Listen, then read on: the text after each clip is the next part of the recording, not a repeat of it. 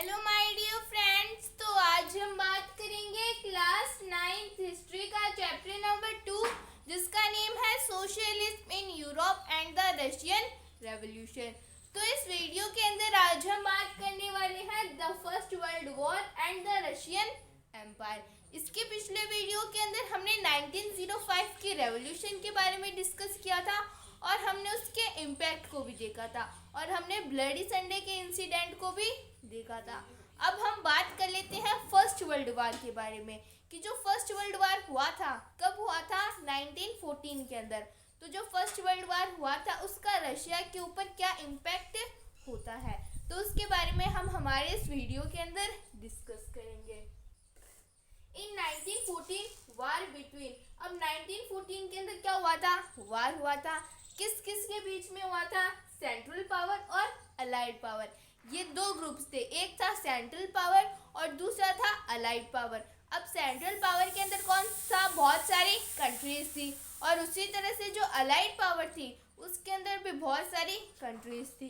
तो central power के अंदर जैसे जर्मनी, ऑस्ट्रिया एंड टर्की, कौन कौन सी कंट्रीज थी, जर्मनी, ऑस्ट्रिया और टर्की।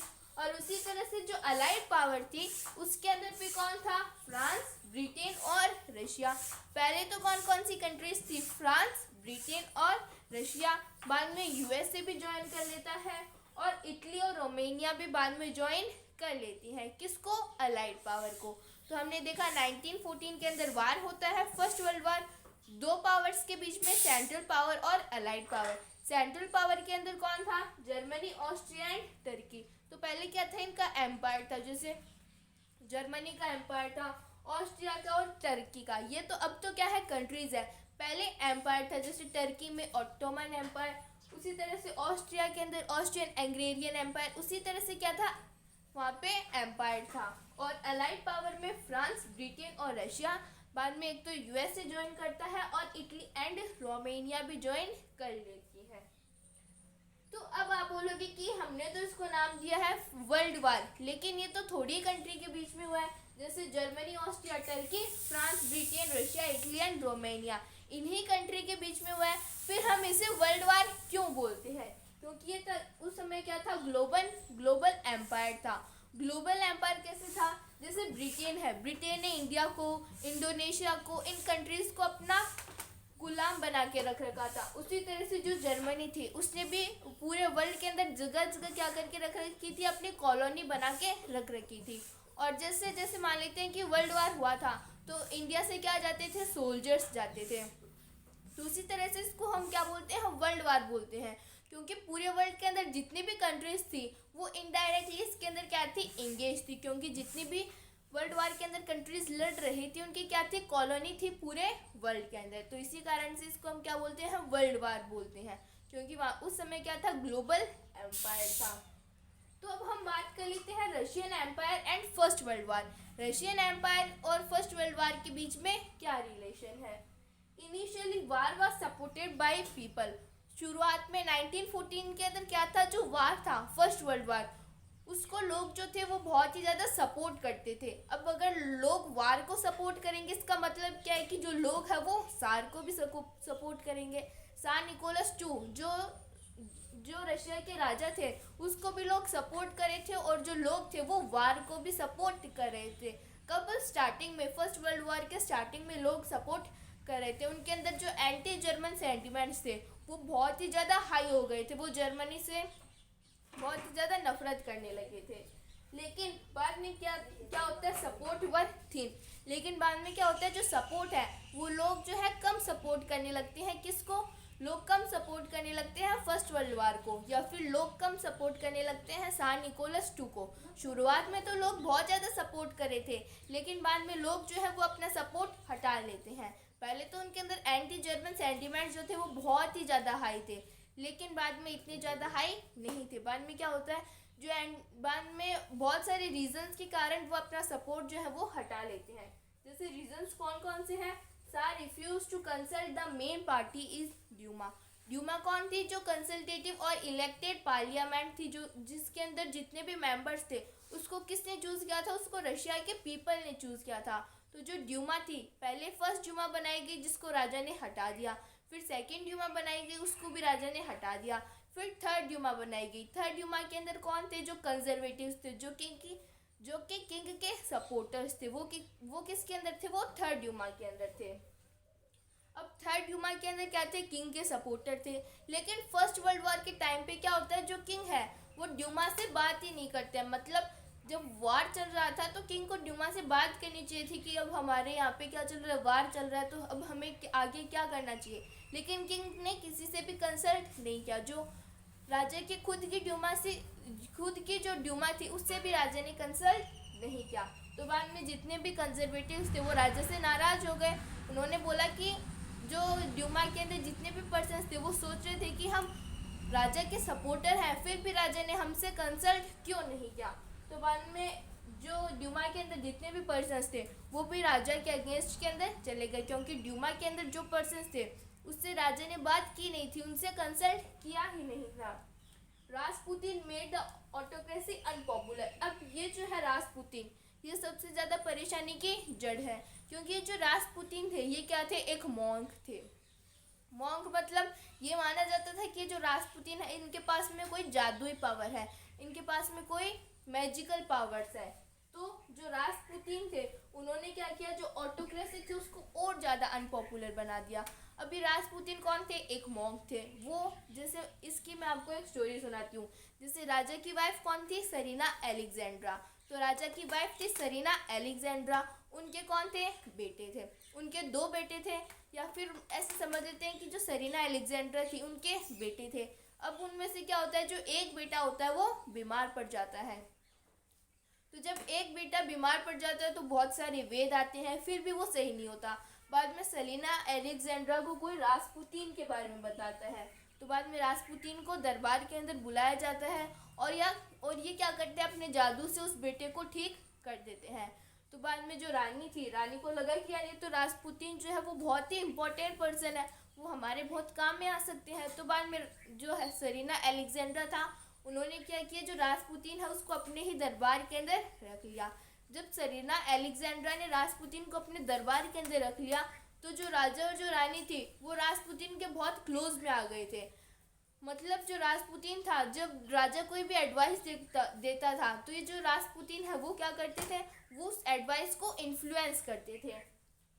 कौन? रासपुतीन। ये भी माना जाता था कि रासपुतीन के पास में क्या थी? मैजिकल पावर्स थी। और लोगों को लगा कि जो रासपुतीन है इन्होंने क्या किया है, काला जादू किया है, और जो राजा और रानी है उनको अपने अंडर के अंदर ले लिया है। क्योंकि राजा जो भी एडवाइस देता था उसको जो रासपुतीन थे वो इन्फ्लुएंस करते थे। और ये भी माना जाता है कि जो रासपुतीन है इनको 2 बार मारने की कोशिश की गई थी। एक बार तो चाकू से मारने की कोशिश की गई थी, फिर भी वो नहीं मरे। फिर क्या हुआ, इनको बंदूक से मारने की कोशिश की गई, फिर भी वो नहीं मरे। बाद में क्या हुआ, जो रेवन नेवा थी उसके अंदर जाके वो बाद में मर गए थे। कौन? रासपुतीन। तो रासपुतीन ने क्या हुआ, जो ऑटोक्रेसी थी उसको अनपॉपुलर बना दिया। अब रासपुतीन राजा के एडवाइस, जो रासपुतीन थे वो राजा की जो एडवाइस थी उसको इन्फ्लुएंस करते थे। और बाद में जो रासपुतीन थे ये रशिया के अंदर जितने भी पर्सन्स थे उनको भी बिल्कुल पसंद नहीं थे। लोगों को लगता था कि जो रासपुतीन है ये बहुत ही ज़्यादा खराब व्यक्ति है, इसने क्या किया, राजा और रानी के ऊपर काला जादू कर दिया है। तो हमने देख लिया कि जो सपोर्ट था वो बाद में थोड़ा कमज़ोर होने लगता है। तो कैसे कमज़ोर होने लगता है उसके बारे में हमने 2 रीज़न्स तो देख लिए। अब हम आगे बात करेंगे। तो अब हम एक और रीज़न की बात कर लेते हैं। तो एक और रीज़न क्या है, German origin of tsarina Alexander. पहले तो क्या था, जो पीपल्स थे उसके अंदर एंटी जर्मन सेंटिमेंट जो है वो बहुत ही ज़्यादा हाई हो गए थे। लेकिन बाद में लोगों को जैसे ही पता चला कि जो सरीना अलेक्जेंडर है वो कहाँ की है, जर्मनी की है, तो बाद में लोगों को लगा कि नहीं, अब ये जो सान निकोलस टू है ये जर्मनी से वार नहीं लड़ेंगे। क्यों? क्योंकि जो सरीना अलेक्जेंडर थी वो कहाँ की प्रिंसेस थी, वो जर्मनी की प्रिंसेस थी। और लोगों को लगा कि अब सान निकोलस टू जर्मनी से वार क्यों करेंगे, क्योंकि सरीना अलेक्जेंडर तो वहाँ की ही है। तो इसी कारण से बाद में लोगों ने राजा का सपोर्ट करना बंद कर दिया।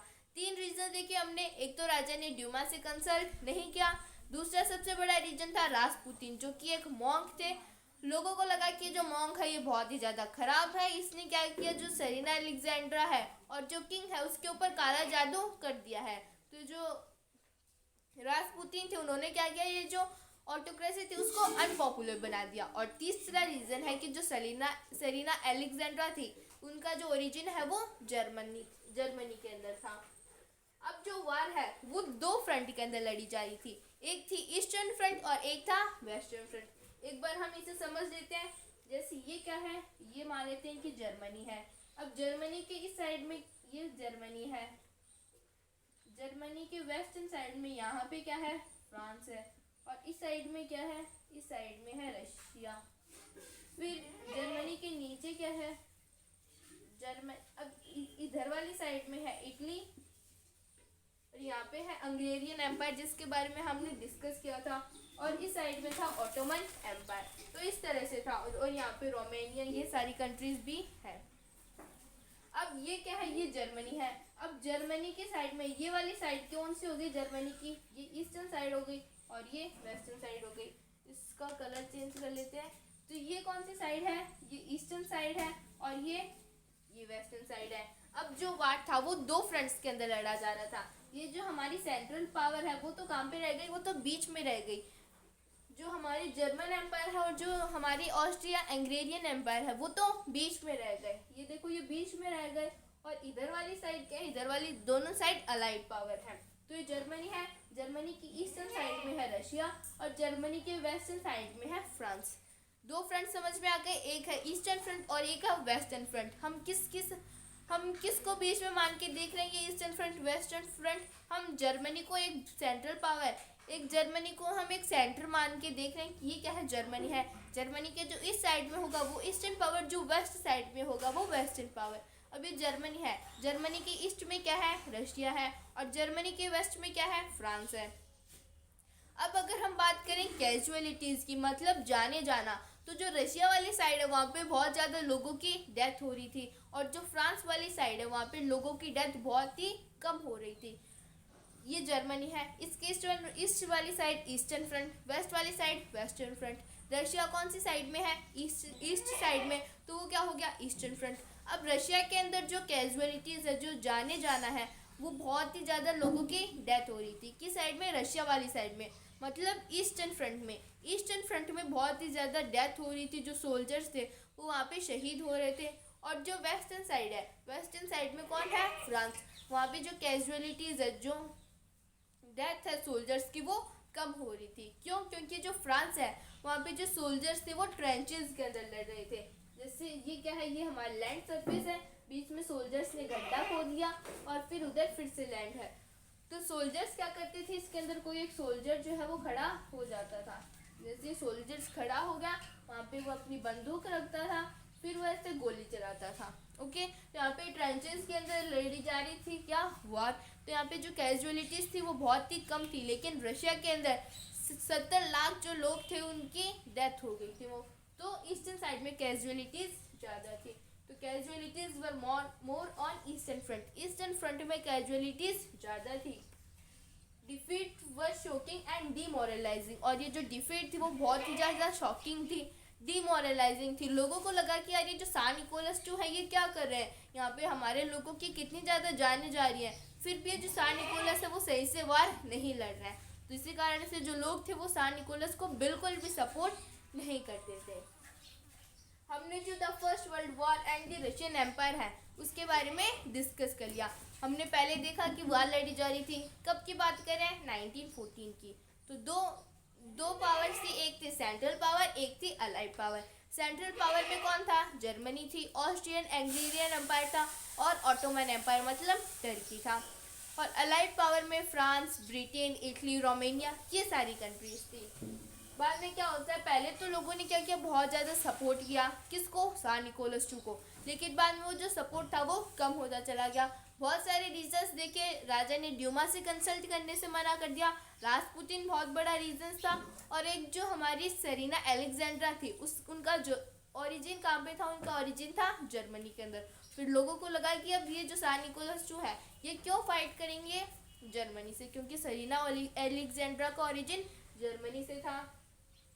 वार जो है वो दो फ्रंट के अंदर लड़ी जा रही थी। हम जर्मनी को सेंटर मान के देख रहे हैं। जर्मनी के जो ईस्ट साइड में है वो ईस्टर्न फ्रंट, वेस्ट साइड में है वो वेस्टर्न फ्रंट। तो ये दो फ्रंट हो गए।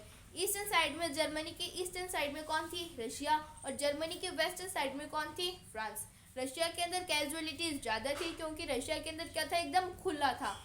और फ्रांस के अंदर कैजुअलिटीज़ कम थी क्योंकि फ्रांस के अंदर जो सोल्जर्स थे वो किसके अंदर लड़ रहे थे? वो ट्रेंचेस के अंदर लड़ रहे थे। और ये जो डिफीट थी वो बहुत ही ज़्यादा शॉकिंग थी और डीमोरलाइजिंग थी। लोगों को बहुत बुरा लगा। लोगों को लगा कि सान निकोलस जो क्या करें, यहाँ पे हमारे कितने सारे लोगों की जानें जा रही है। तो हमने देख लिया कि जो फर्स्ट वर्ल्ड वार था उसका इम्पैक्ट रशिया के ऊपर बहुत ही बुरा था, बहुत ही नेगेटिव था। अब हम आगे बात करेंगे। तो अब पहले तो हमने देखा कि जो रशिया के अंदर जितने भी पीपल्स थे वो बहुत ही ज़्यादा सपोर्ट कर रहे थे सारे निकोलस को, वो वार को भी बहुत ज़्यादा सपोर्ट कर रहे थे। उनके अंदर एंटी जर्मन सेंटिमेंट जो थे वो बहुत ही ज़्यादा हाई हो गए थे। इतने ज़्यादा हाई हो गए थे कि जो सेंट पीटर्सबर्ग एक हमने जगह देखी थी, जिससे हमने देखा था कि जो 4 सोल्जर्स थे उनको वहाँ से निकाल दिया गया था आयरन पुटिलोव इंडस्ट्री से, तो वो हमने डिस्कस कर लिया था। तो क्या होता है, जो सेंट पीटर्सबर्ग जो जगह थी वो क्या था, लोगों को लगा कि यार ये जो सेंट पीटर्सबर्ग है ये जर्मनी का नाम है। तो उन्होंने क्या किया, जो सेंट पीटर्सबर्ग था उसका नाम पेट्रोगार्ड कर दिया। उनको लगा कि सेंट पीटर्सबर्ग तो जर्मनी जैसा नाम है, तो हम हमारे रशिया के अंदर यहाँ इस जगह का नाम सेंट पीटर्सबर्ग नहीं रखेंगे, हम इस जगह का नाम पेट्रोगार्ड रखेंगे। अब हम डिस्कस कर लेते हैं कि जो फर्स्ट वर्ल्ड वार था उसका इम्पैक्ट क्या हुआ रशिया के ऊपर। तो रशिया के ऊपर बहुत ही सीवियर इम्पैक्ट हुआ। जो लोग थे वो, जैसे जो रशिया था वो हारता जा रहा था उस साइड से। फ्रांस के अंदर तो ट्रेंचेस के अंदर लड़ाई लड़ी जा रही थी, तो वहाँ पे तो जो लोग थे वो इतनी ज़्यादा लोगों की डेथ नहीं हुई, लेकिन जो कैजुअलिटीज़ थी वो रशिया के अंदर बहुत ही ज़्यादा हाई थी। तो 7 मिलियन कैजुअलिटीज़ बाय 1917 के अंदर क्या हुआ, 7 मिलियन मतलब 70 लाख लोगों की डेथ हो गई थी। अब जो रशिया है वो 17 तक ही वार लड़ता है। 1718 जो हमारी फर्स्ट वर्ल्ड वार थी वो तो 1914 से 1918 तक लड़ी गई थी, लेकिन जो रशिया है वो 1917 के अंदर खुद को वार से बाहर निकाल लेता है। तो जैसे जो फेब्रुअरी रेवोल्यूशन आएगा उसके अंदर क्या होगा, जो गवर्नमेंट है वो बोलेगी कि नहीं हमें वार जो है वो नहीं लड़ना, तो वो क्या निकलेंगे, बाद में वो वार से बाहर निकल जाएंगे। जो गवर्नमेंट बनेगी वो खुद को वार से, जो रशिया है उसको वार से बाहर निकाल लेगी। तो 1917 तक 70 लाख लोगों की डेथ हो गई थी रशिया के अंदर। The destruction of crops and buildings by Russian army led to over 3 million refugees in Russia. अब ये समझना आप, ये क्या है, ये है जर्मनी, इसको हम बोल देते हैं जर्मनी। अब इधर क्या है, इधर ये बड़ा सारा रशिया है, ये क्या है, रशिया है। अब जर्मनी से क्या आ रहे थे, लोग आ रहे थे कहाँ पे, रशिया के अंदर। तो जर्मनी से लोग आते जा रहे थे और ये जो रशिया के अंदर जितने भी सोल्जर्स थे वो और आगे बढ़ते जा रहे थे। जैसे ये रेड से हम रशिया के सोल्जर्स को देख लेते हैं, तो ये क्या है, ये रशिया के सोल्जर्स है, ये और आगे बढ़ते जा रहे थे। जब ये आगे बढ़ते जा रहे थे तो ये सोल्जर्स भी इनके पीछे पीछे जा रहे थे। अब ये जो रशिया के सोल्जर्स है वो इस साइड में आगे आगे बढ़ते जा रहे थे, ये बोल रहे थे आने दो जर्मन्स को, आने दो। अब ये जो जर्मनी के पीपल्स थे ये भी इनके ऊपर हमला करने के लिए इनके पास में आते जा रहे थे। और ये जो रशिया के जितने भी सोल्जर्स थे वो और अंदर, रशिया के अंदर और अंदर जाते जा रहे थे। और ये क्या करते जा रहे थे, वहाँ पे जितनी भी क्रॉप्स थी, जितनी भी बिल्डिंग्स थी उनको डिस्ट्रॉय करते जा रहे थे। कौन, जो रशिया के जितने भी सोल्जर्स थे। तो रशिया के जो सोल्जर्स थे वो क्या करते जा रहे थे, बिल्डिंग को और क्रॉप्स को डिस्ट्रॉय करते जा रहे थे। अब ये ऐसा क्यों करेंगे, ये खुद की कंट्री में एक तो पीछे जाते जा रहे हैं और वहाँ पे जितने भी क्रॉप्स है, जितनी भी बिल्डिंग्स है उनको भी ये डिस्ट्रॉय करते जा रहे हैं। तो रशिया के सोल्जर्स ऐसा क्यों कर रहे थे, वो इसलिए, एक तो वो अंदर जाते जा रहे थे। अब रशिया के सोल्जर्स ने सोचा कि जब हम हमारे रशिया के अंदर पीछे जाते जाएंगे और ये जर्मनी से लोग आगे आते जाएंगे तो इनको ना तो यहाँ पे हमारी जो रशिया है उसके अंदर खाने के लिए कुछ मिलेगा क्योंकि क्रॉप्स को डिस्ट्रॉय करते जा रहे थे, और ना ही उनको रहने के लिए कुछ मिलेगा क्योंकि रशिया के अंदर ठंड थी और ठंड से क्या हो जाएगा, उनकी डेथ हो जाएगी। तो रशिया के अंदर ठंड थी। तो बाद में रशिया के सोल्जर्स ने सोचा कि अंदर आते जाएंगे तो ना तो इनको क्रॉप्स मिलेगी और ना ही रहने के लिए उनको बिल्डिंग्स मिलेगी। तो ये क्या, अपने जो लोग थे उनको भी आगे खिसकाते जा रहे थे, रशिया के और अंदर ले जाते जा रहे थे। तो उससे क्या हुआ, जो 3 मिलियन रेफ्यूजीज थे वो रशिया के अंदर बढ़ गए। जैसे मान लेते हैं कि पहले क्या था, इस साइड की पॉपुलेशन और इस साइड की पॉपुलेशन इक्वल थी, लेकिन बाद में क्या हुआ, ये जो इधर वाले लोग थे इनको भी इधर शिफ्ट कर दिया। इनको इधर शिफ्ट क्यों किया, क्योंकि इनको पता था कि एक तो हमारी बहुत सारी पॉपुलेशन की डेथ हो गई है, अब हम क्या करते जा रहे हैं, इनको और इधर रशिया के अंदर लाते जा रहे हैं, तो हो सकता है कि इनकी भी डेथ हो सकती है, तो ये उनको आगे शिफ्ट करवाते जा रहे थे। तो क्या हुआ, जो 3 मिलियन रेफ्यूजीज थे वो बढ़ गए, इधर वाले लोग अब इधर आके रहने लगे, तो यहाँ पे रिसोर्सेज की कमी होगी, खाने के लिए कुछ नहीं होगा, तो ये सारी प्रॉब्लम्स थी। Soldiers did not wish to fight such a war, और ये जो सोल्जर्स थे ये भी ऐसी वार को नहीं लड़ना चाहते थे, क्योंकि सोल्जर्स को लगा कि यार ये हमारे इतने सारे लोगों की डेथ हो गई है और ये सान निकोलस भी कुछ ही नहीं कर रहे हैं, तो लोग जो सोल्जर्स थे उनकी भी बाद में इतनी ज़्यादा इच्छा नहीं थी कि वो वार के अंदर फाइट करें। The war also had a severe impact on industry, अब ये जो वार था इसका इम्पैक्ट इंडस्ट्री के ऊपर भी बहुत ही बुरा था। कैसे, जर्मन कंट्रोल ऑफ बाल्टिक सी, अब ये बाल्टिक सी क्या है, जैसे ये जर्मनी है और ये क्या है, रशिया है, ये क्या है, जर्मनी है, और यहाँ पे क्या है, इस साइड में रशिया है, क्योंकि जर्मनी के उधर वाली साइड में रशिया है, और यहाँ पे क्या है, ये बाल्टिक सी है, ऐसे इसको ये समझ लेना, ये क्या है, बाल्टिक सी है। अब क्या होता है, अब यूरोप का मैप लेके बैठना, तो उधर से क्या होता है, ऐसे कोई बाल्टिक सी है, अब जो रशिया है वहाँ पे, ये जो रशिया है वो किसका सपोर्टर था, जो रशिया है वो अलाइड पावर का सपोर्टर था। तो जब रशिया अलाइड पावर का सपोर्टर था और रशिया के बाद में जितनी भी जो ब्रिटेन थी, जो फ्रांस थी, उन कंट्रीज़ को रशिया ने बोल दिया था कि हमारे पास में खाने की कमी है और हमें इंडस्ट्री को चलाने के लिए भी क्या चाहिए, कुछ रिसोर्सेज चाहिए। तो बाद में जितनी भी अलाइड पावर की जो दूसरी कंट्रीज़ थी वो रशिया की हेल्प करती थी। तो जो बाल्टिक सी है यहाँ से रशिया के अंदर रिसोर्सेज आते थे, तो ऐसे ये रशिया के अंदर बाल्टिक सी से रिसोर्सेज आया करते थे। लेकिन बाद में क्या हुआ, ये जर्मनी और रशिया अलग अलग किस में थी, पावर में थी। इस जर्मनी सेंट्रल पावर में और रशिया अलाइड पावर में। तो जब ये दोनों अलग अलग पावर में थी तो ये जो जर्मनी है उसने क्या किया, यहाँ पे ब्लॉकेड लगा दिया इस तरह से। अब इन्होंने क्या किया, जो रिसोर्सेज आ रहे थे उनको रोक दिया। अब रोकने से क्या होगा, ना तो रशिया के अंदर खाना जाएगा और ना ही इंडस्ट्रीज को ऑपरेट करने के लिए रॉ मटेरियल जाएगा। तो रशिया के ऊपर बहुत ही भयानक इम्पैक्ट हुआ। पहले तो बाल्टिक सी से क्या आ रहा था, उनके पास में रिसोर्सेज आ रहे थे, लेकिन जब जर्मनी ने ब्लॉकेड लगा दिया तो रशिया के अंदर वो भी नहीं आएंगे। तो जर्मनी ने क्या किया, बाल्टिक सी के ऊपर अपना कंट्रोल कर लिया। Russia was cut off from supplies, अब रशिया के पास में सप्लाईज नहीं आएंगे। बाल्टिक सी से उनके पास में सप्लाईज आती थी, लेकिन अब उनके पास में वो सप्लाईज भी नहीं आएंगी, leading to industrial equipment disintegration. अब जो इंडस्ट्री के अंदर जो सामान बनाना चाहिए जिससे रशिया की इकोनॉमी ग्रोथ करेगी, अब वो भी नहीं हो पाएगा क्योंकि जर्मनी ने ब्लॉकेड लगा दिया है। अब जब जर्मनी ने ब्लॉकेड लगा दिया, अब वार लड़ना है, तो वार के अंदर क्या चाहिए रहेंगे, सोल्जर्स चाहिए रहेंगे, सोल्जर्स चाहिएंगे हमें। अब जो हेल्दी जितने भी बड़े बड़े जो जवान सोल्जर्स थे, जो हेल्दी सोल्जर्स थे, तो सार निकोलस ने क्या किया, उनको वार लड़ने के लिए भेज दिया। अब इंडस्ट्री को ऑपरेट करने के लिए एक तो शॉर्टेज ऑफ लेबर, अब हमें क्या करना है, इंडस्ट्री को चलानी है, तो हमें क्या चाहिए रहेंगे, लेबर चाहिए रहेंगे, और लेबर भी हमें हेल्दी और स्किल्ड लेबर चाहिए रहेंगे। लेकिन हेल्दी पीपल्स को तो जो हेल्दी पीपल्स थे उनको तो क्या किया, जो सार निकोलस थे उन्होंने वार लड़ने के लिए भेज दिया। अब क्या होगा, अब हमारे पास में हेल्दी सोल्जर्स नहीं रहेंगे या फिर हेल्दी पीपल्स नहीं रहेंगे जो कि क्या करें, इंडस्ट्री के अंदर काम करें, तो शॉर्टेज ऑफ वर्कर्स होगी। अब जो सोल्जर्स लड़ने गए हैं उनको भी खाने के लिए कुछ चाहिए रहेगा, तो जो खाना है, जो ब्रेड है, वो भी क्या करे जाएंगे, जो सोल्जर्स हैं उनको सप्लाई किए जाएंगे। जब वो खाना सोल्जर्स को सप्लाई किया जाएगा तो रशिया के अंदर क्या होगा, खाने की कमी हो जाएगी। तो रशिया के अंदर हमने देखा कितनी बैड इकोनॉमी कंडीशन थी, ना तो उनके पास में खाने के लिए कुछ था, ना उनकी इकोनॉमी ग्रोथ करे उसके लिए भी उनके पास में कुछ नहीं था। तो हमने ये भी देख लिया कि जो फर्स्ट वर्ल्ड वार था उसका इम्पैक्ट क्या हुआ रशिया के अंदर, बहुत ही बेकार इम्पैक्ट था, बहुत सारे लोगों की डेथ हो गई थी, 70 लाख पीपल्स की डेथ हो गई थी, और जो रेफ्यूजीज थी वो भी बढ़ गए थे रशिया के अंदर।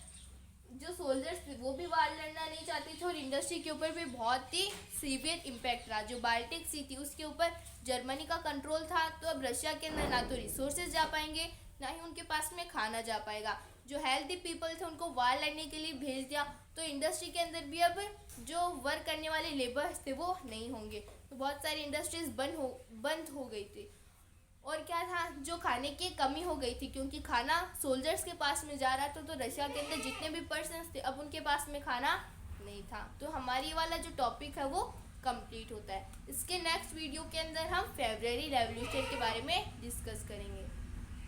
If anybody have any type of doubt, any type of query, then please ask me in the comments. Thank you so much.